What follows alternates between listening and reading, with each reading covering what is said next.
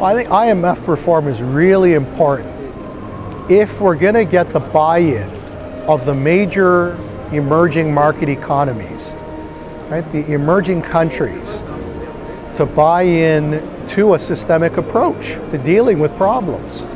And we all know that the IMF has been dealing with legitimacy problems, right? CIGI has written about this, researched this issue at length. And I think the idea is that in order to deal with problems of excess reserve accumulation and financial and trade imbalances, there has to be a feeling that there is a major institution out there that can look after the global public good. If we hit another financial crisis or a currency crisis, right, that there is an institution out there that can backstop the world economy, and particularly the fragile countries, right, who need liquidity in a time of crisis. And so IMF reform, dealing with the voting share questions, the governance issues of the IMF, is the first step, arguably, in rebuilding the legitimacy of the IMF. Right? Unless this is dealt with, then we're not going to have buy-in from the key major emerging economies. And these are countries which, on the one hand, are probably going to provide us growth in the future, but also are potentially vulnerable.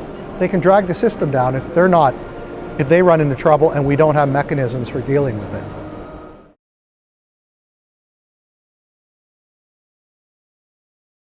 They're important because what they're really about is giving appropriate voice, right, to the new major players in the global economy.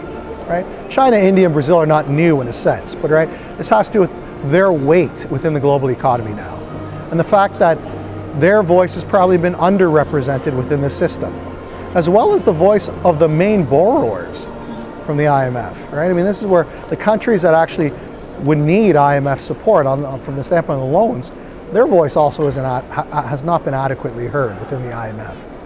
And then there's those countries or those regions in the world, some people say Europe, which are overrepresented in the IMF. Some might even say the United States is in some ways overrepresented. Right? But that's open debate.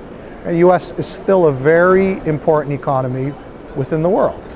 And so really what it's about is the voice, giving appropriate voice to the new players.